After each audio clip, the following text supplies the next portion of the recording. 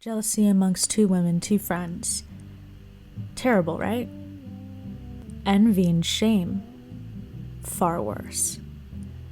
In the episodes of the Gilmore Girls series where Paris is going out with Dr. Fleming, having an affair, and most disturbingly with a man in his 60s while she is 20 at best, Rory Gilmore are still somewhat lovable at this point in the series. Main character demonstrates concern for her roommate, her kind of friend. I mean, she doesn't consider her a friend, but Paris considers her a best friend.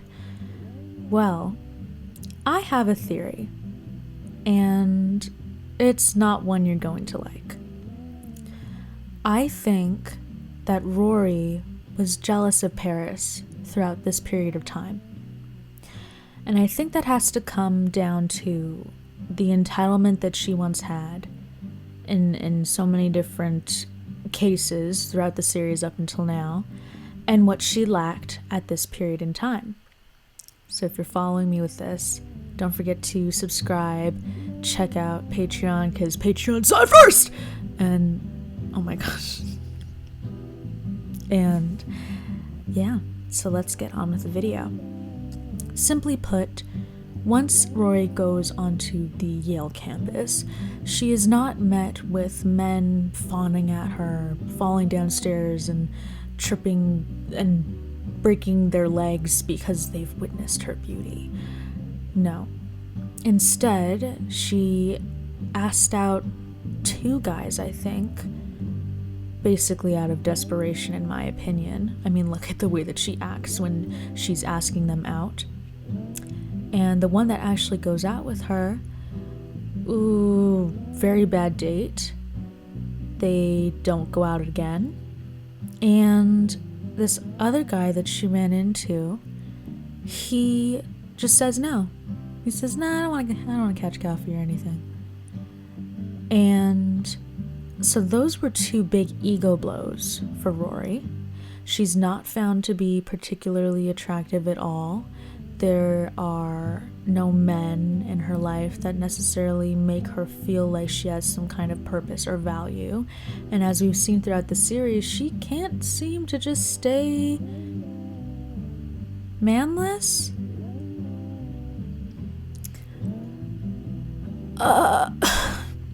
Which is funny because I think when she initialized everything with the whole Dean thing, she just really didn't learn how to just be alone. And we see her truly at her worst when she's single. Am I wrong? Think about the times where Rory was single. She was probably the worst, most obnoxious, entitled, and honestly envious of those around her. And in this specific case, I believe she was definitely envious of Paris. Paris was getting the things that she didn't normally get. Paris was actually getting into the paper when Rory didn't. Paris was sleeping with a professor, and she had a boyfriend, so she had two different worlds, and she was in a mess. She was doing something that was unethical, yes, but nothing that Rory hasn't done before. This is emphasized, actually, when Rory tells Lorelai what happened. When she goes to Lorelai and she's like, "Paris, I don't think she's with her boyfriend because she's clearly having an affair." And Lorelai freaks out. She's like, "Oh my god, how old is he? Da da da." And she's like, "He's 60, and this is this and that, and this and that, and I just don't know what to think of her."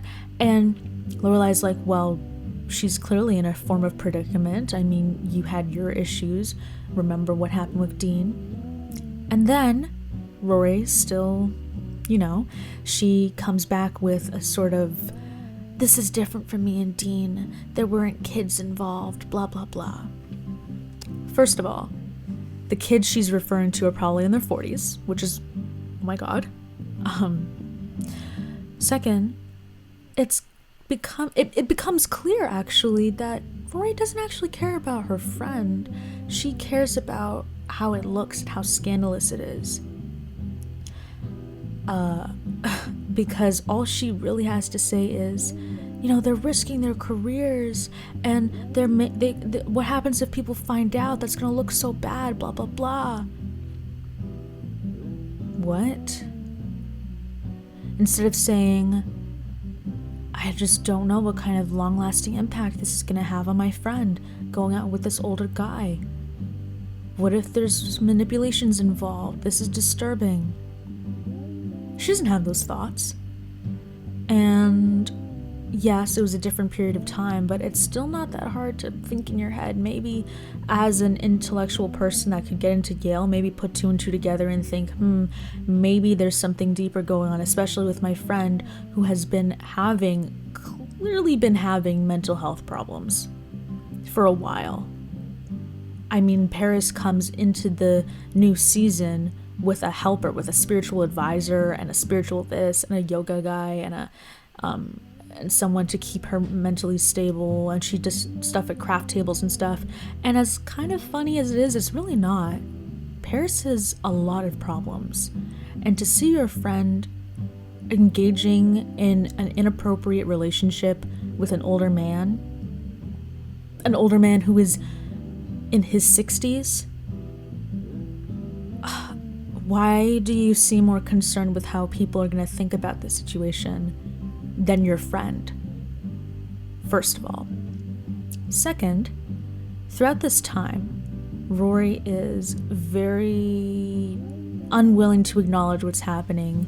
She just wants to pretend it's not happening. She finds it embarrassing for herself.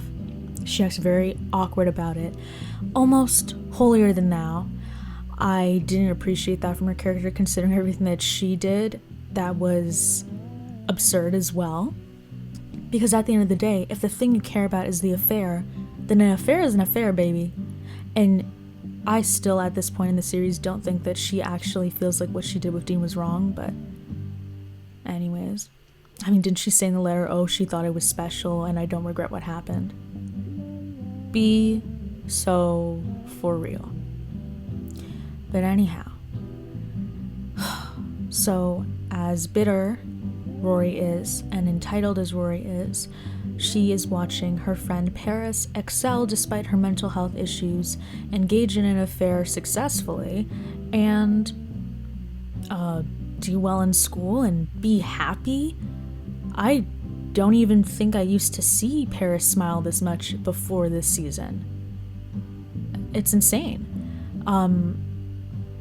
Everything within that dynamic kind of shifts, and you really get to see how, just weird Rory gets, But anyway, after there's another conversation that kind of has to do with, I don't know, Paris is... She is sitting... Rory, she's sitting somewhere, and she overhears this conversation that these two girls are having about... And she's basically overhearing a conversation that's clearly was about her. And how he was saying, this girl's, lilting and, asking me out. I was so desperate. And ha ha ha. Oh, it was this girl, da da da. So not only is Rory not desirable anymore, but people are making fun of how pathetic she's become. And desperate, which she is. But then it gets worse. Situation. You know something about a unique view of a situation, don't you? I guess. Because propaganda and the spreading of blatant, heinous, ridiculous lies can cause more damage than guns or bombs or any sort of weaponry. Personally, if I'm in an alley with Osama... Instead of confronting the issue or letting it just flow off of her back, she passive-aggressively has a form of debate against the guy that is spreading this misinformation about her. How is it heinous? How is it vile? How is it going to ruin your reputation? I need some reparations from watching that scene, I swear to God. I'd rather he was armed with a blatant heinous lie than Uzi. That's because you're an idiot. You didn't look scary when you came in here. Oh yeah? Give me back my pencil. Okay, you two. Let's take a cooling off. It's almost as if she's never had a debate in her life. Where's the decorum? It was just such a cringy back and forth that I was not surprised by, because she is so immature at this point in the series, and she just fully regressing. But anyhow. Oh my god, it actually gets worse than I thought. Hold on. Y'all. Oh my god. What story? The laundry room story? Remember the laundry room? Machines, rinse cycle. I asked you to get coffee. That's it. I did not ask you to get married or say that I loved you or ask to have your children. And I'm not stalking you. It was a complete coincidence that I happened to go into a meeting that you happened to be in. I had no idea you were there. And it's hard to ask someone out, and it puts you in an incredibly vulnerable position. So it's cruel to use that incident as a funny cocktail story. So from now on, I would appreciate it if you would refrain from telling the hilarious laundry room incident to anyone, anywhere, ever again. I wasn't talking about you. There was this girl from the 3rd floor. She asked me out like 100 times. She followed me to class. She baked me a cake every day for a month. Then she snuck in my window and hid in my closet, covered in whipped cream. Oh, well. Oh my god, it's actually worse than I remembered. I didn't tell anybody about the laundry room. Well, good. Do you think that you could maybe not tell anyone this story also? Because, that would be great. And she just quickly goes to run up to some kind of crazy assumption and conclusion instead of just having a conversation with somebody. Instead of just saying, or like, I don't know, trying to find out more information, or just like letting it go. Let the shit go. Great. Help me out. Has she been seeing someone else? Not that I know of. I'll let you go. Thanks. This actually helped. Good. It will get better, Jamie. In this scene, she is alleviating his concerns and It's my birthday. maintaining Paris's privacy. Birthday. Thanks. Paris is treating Jamie like utter and complete garbage, and Thanks. between Rory's consistently bruised, squandered, smushed ego and the actual matters that are happening in Paris's relationship, it's only getting worse. Anyway. Let's talk about... Don't be mad. I tried to call Jamie again. He won't pick up. We talked. She's right here if you want to ask her yourself. No concern for his feelings. It's not fair. Oh shit, this is the part where she breaks up with him. Do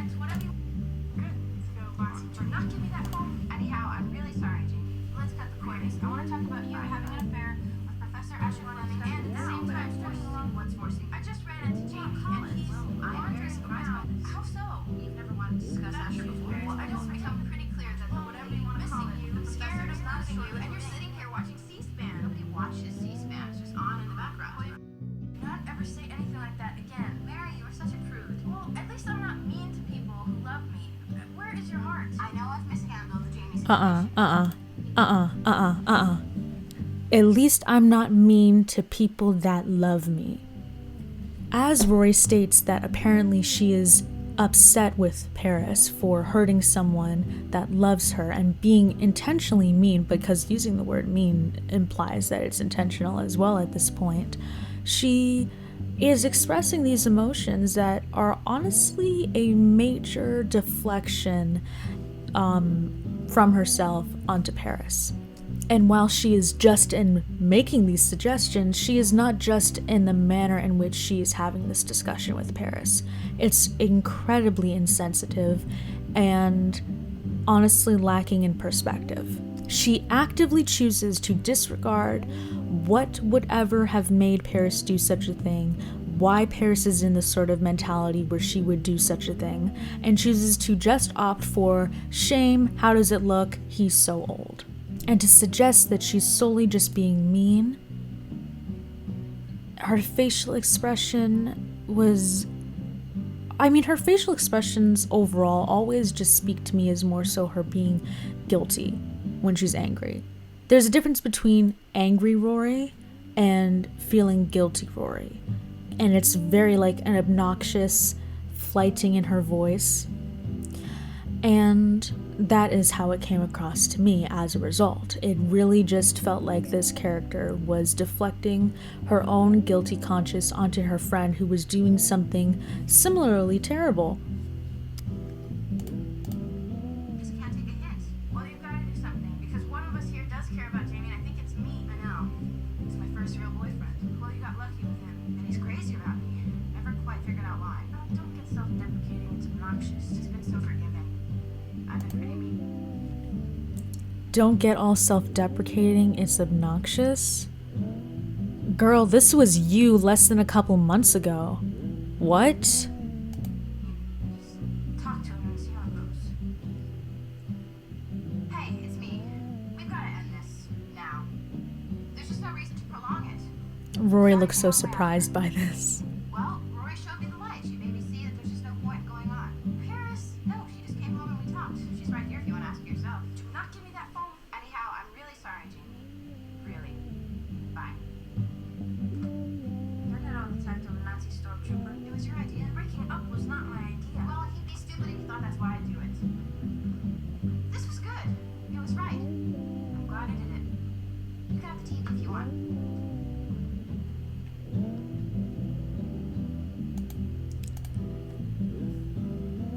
Damn. Also, does that mean that Paris dumped him on his birthday?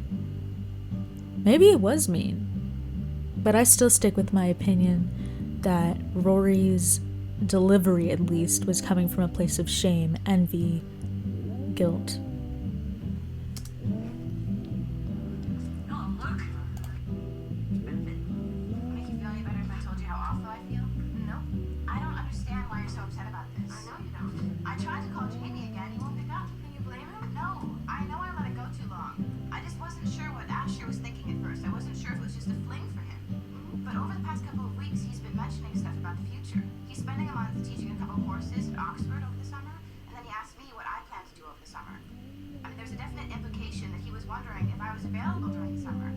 I think he might ask me to go with him to Oxford. I mean, why else would he ask? It's me. I'm not counting my chickens. It's good thinking, but it is the first implication. Look, I'm gonna hit the road. It was his accent that did it. Such the total Anglophile. When I was a kid, I was in love with Neil Kinnock, who, former head of the Labour Party, teeth like a horse. Rory just looks so disgusted at her throughout these scenes. It's really annoying to watch the way she reacts to this. Asher, so we can watch it together. Terrific. You don't think he meant we would be together in the summer? I wasn't there. I'm not counting my chickens. I think that's smart. I never wanted to hurt Jamie. I just don't know how to do these things. I'm not very nice sometimes. I hope Asher doesn't see that. I didn't mean to hold you up. Have a good weekend. I just want you to be happy. You know that, right? Thanks. I'm happy. Most importantly, at least Paris had the balls to cut it off when she was made clear that something was wrong with this sort of thing. So what are my thoughts?